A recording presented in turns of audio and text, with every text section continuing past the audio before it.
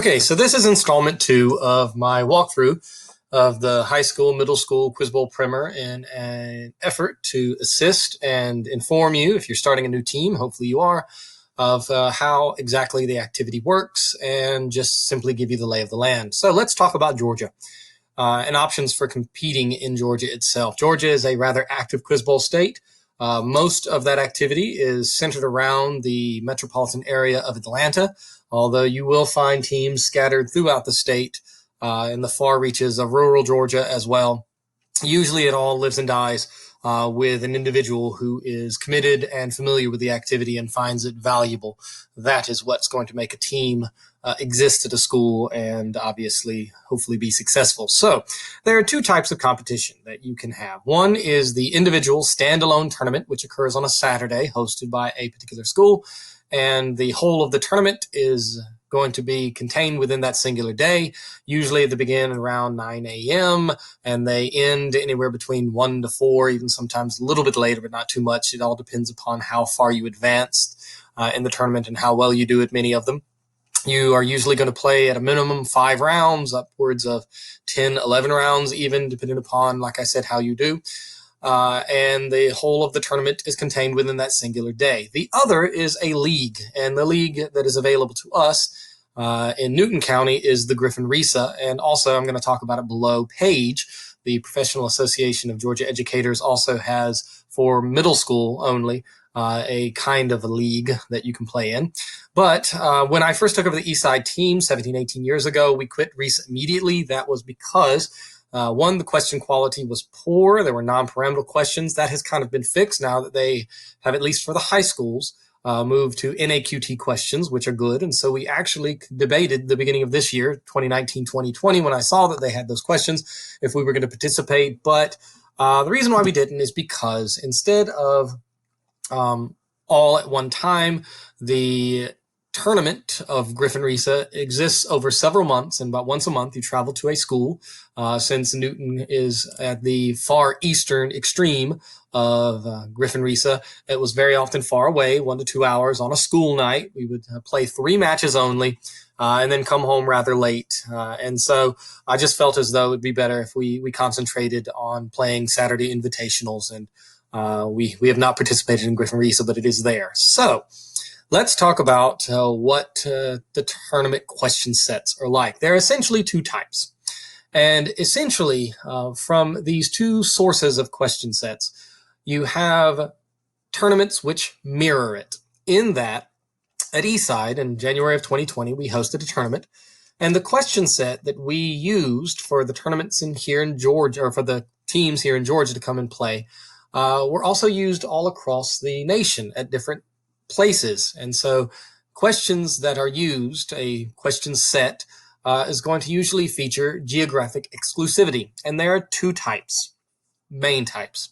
One is a house right set, and then the other is NAQT, the gold standard. Now, there are other companies along with NAQT who produce questions, but they are often not pyramidal, bad Quizbowl. NAQT is the gold standard for question sets, to be sure. So let me show you what I mean by house rights. So if I go to a particular website that I'll be talking about in another video, hsquizbowl.org, there are these forums, and in one of them there is the announcements that have availability of question sets. So an entity of people come together and decide they're going to write a Quizbowl tournament, a set of questions to be used. And often it's like a collegiate, like for example, BHSAT is a well-established question set. You can see there in the 24th iteration they're in of this past school year. And it's written by the Yale Quizbowl team. As a matter of fact, several years back, the tournament we hosted in 2016 was on this question set, and it was well-established. They produce it year after year. And what they do is they tell you about the difficulty of the set. They tell you about different sorts of things. The distribution, every question set outside of NAQT has its own unique distribution. They all make a determination as to what they want that to be. Then they tell you that if you want to host a tournament on these questions, it's going to cost you $10 per team that attends your tournament. And so, if let's say 20 teams come to your tournament, you're paying to the people who have written here you pay them then $200. And you simply contact them and say you want to use them. And so you can see here that this question set was used in Georgia, at Yale itself, the main site, because they're the ones who wrote it, St. Louis, D.C., it was used in South Carolina, and North Carolina, Ohio, and so forth and so on. And so it sometimes is a college team, like here's the Yale one, that's the Harvard one.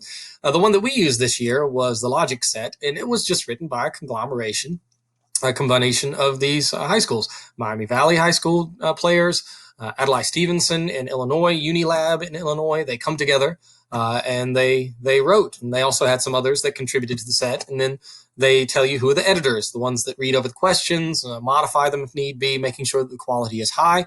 And I, looked around at all of the question sets that were available, that still were available. And I made the determination that this would be the set for us. And so I contacted them and say, hey, can we use it? Sometimes it's a little difficult because there is often a what shall we say, a tradition such that if the question set is produced year after year and not in a particular year, this question set will probably not be produced again in another year. It's just a standalone. That, the other schools who have hosted a tournament on a particular question set have the first rights to it. And so, as you can see here, it was mirrored all over the country: California, Ohio, Pennsylvania, Virginia, and at our tournament here in Georgia. And what's great about this is that you can compare how you have done on the same exact questions and what statistics you have produced and how well you've performed versus others. So since we knew that we were going to be using this question set, we decided that we would play the questions before we hosted them, because at our own tournament, which we're using the question set, reading, we are not able to compete. And so we went to a tournament hosted on those questions well before our tournament in November. And every time a question or every time a tournament is held, you have an availability to see the statistics there, and we see that how we've done, how many points per game we were scoring, how many what are called power toss-ups, the 15 versus the 10 versus when you've missed one, often sometimes they take away -5. We see how many points per bonus. And if we were curious, we could compare our stats versus, let's say, how these guys did at Vanderbilt when Vanderbilt hosted the tournament on the same question set. And here you can see that, we can compare how did we do against Hoover. They had the same points per game roughly. They're 5 better than us. Our points per bonus was a little bit better, et cetera, et cetera. And so it's fun to see how well you've done. And that's what it means when you said that you mirror that question set. NAQT is the other one. And whereas you saw that when it came to a particular question set, the mirrors here, NAQT questions are used by dozens upon dozens of tournaments across the country. The numbers are just astounding. Like, for example, here, if you wanted to see high school, I click on it and filter the usage. This is from the past year, 2019, 2020. And again, all of these tournaments are just from 10 total question sets for the most part. And so as you can see, you just go on and on and on. Every one of these from across the country: Alabama, Michigan, Walton, and Georgia. They play it in Beijing on a question set. So if you quickly click on the Beijing Invitational, here you can see that they used I-85A. And so you can see how the teams did on that tournament there, playing in Beijing versus who else played on I-85A. I think Walton's tournament was hosted on yep, there it is. So the same question set was being used at Walton High School in Marietta, Georgia. That was used. We, Eastside, did not go to this tournament, but you can see tons and tons of high schools did. But it's the same process that, the singular question set can be used at dozens upon dozens upon dozens. And to, again, make this a bit more middle school centric somewhat, for hopefully middle schooler here in Newton County starting off. As you can see, the very first question or tournament listed from this year is here in Georgia. Again, Georgia has a rather robust and healthy circuit for middle school. And you can see that there are lots of options available to you. There's another tournament in, I think, November on the 16th here, also hosted at North Gwinnett. And we can see all the middle schools that are playing here. And they had actually two divisions, a varsity division for the experienced competitive teams, more competitive. And then also, for those of you starting out, hopefully, maybe that'll be you in Newton County here, often tournaments will feature what is called a novice division, in which the teams wouldn't necessarily be as experienced, are not going to be just simply hammered by those that are. And so, if we're just starting out, it's of great help. And also, the thing I want to point out as well is that no matter how many players you have, you can enter multiple teams at tournaments usually. And so here you can see River Trail Middle School actually had an E team. Now it's their D team and their E team were under the novice division because probably the players were novice, whereas their A, B, and C team, River Trail, here you can see that the A team won the tournament. Those are probably experienced players, but you can have more than one. And just you can see here, the reason why these are highlighted, it means that if in a tournament you finish in the top 15% of the field, you qualify then for the middle school, in this instance, national championship at the end of the year. And it's the same for high school, that they can compete for and finish and qualify to register for the national championship at the high school level. So that's what it means when you are going to mirror a set of questions. Nevertheless, so let's talk about tournament types that's available for us here in Georgia. And novice is kind of a different deal, so I'm going to highlight that. But varsity tournament is a tournament for any high school team of 12th graders and under. Any student can play, and it's going to be the most competitive, most likely. A tournament might be JV, and that's restricted to 10th grade and below.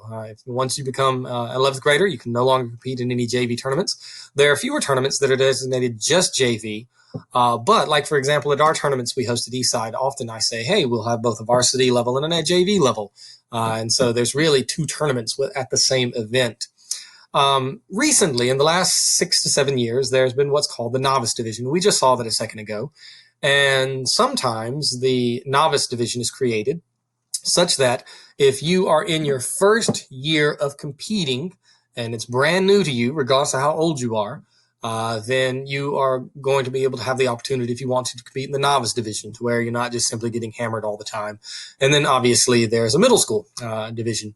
Middle school tournaments are middle school only, and in Georgia we have several opportunities for you to be able to play. Now, for us here in Newton County, you can compete in the middle school standalone tournaments, you can compete in the RISA League, and you can compete in PAGE. PAGE, the Professional Association Georgia Educators, has opportunity that you can compete in those as well. Just quickly, I can show you PAGE Quizbowl, and from this past year, that's for middle grades and middle grades only. Nevertheless, and you saw that North Gwinnett was the champion. And it goes all through all of what's available. They break them down into regions, and then obviously into the winners of the regions can move on to the state championship, and that was then won by North Gwinnett. So that's available for middle school as well. And I would highly encourage that even over RISA, because, and one of the reasons why I look at well, for lack of a better word, the teams that were involved, and these are well-established teams like River Trail, North Gwinnett, that I see are at all kinds of activities and tournaments, and so it kind of gives me a sense that this is marginally legit, and so I have confidence in it as well. So let's talk about tournament costs. So every time you attend a tournament, you have to pay a registration fee. And at usually independent tournaments, the cost is between $60 to $70 for a team to play, which means that when you're the host of the tournament, you get that, let's say, $70 from the team. You have to then pay out to the question provider, however much that they are requiring per team in attendance, as well as any other costs involved of making copies of the questions, things like that. But it is hosting a tournament the major way in which teams then make money. So that's what we do at Eastside. We take the money that we make at our tournaments and we then pay our tournament entries with that, along with any other expenses that might come along, such as transportation. taking a bus every time you play is prohibitively expensive. At Eastside, instead of trying to arrange a bus, which would severely deplete our resources, I simply tell the students to meet me at the tournaments themselves. They have their parents drive them, they catch rides with their teammates, things like that. And I facilitated ride organization when necessary in the past. And at the middle school level, certainly, you have a lot more parental involvement, I think, at middle school quiz bowl than you do high school quiz bowl. And so certainly that's some avenue to explore.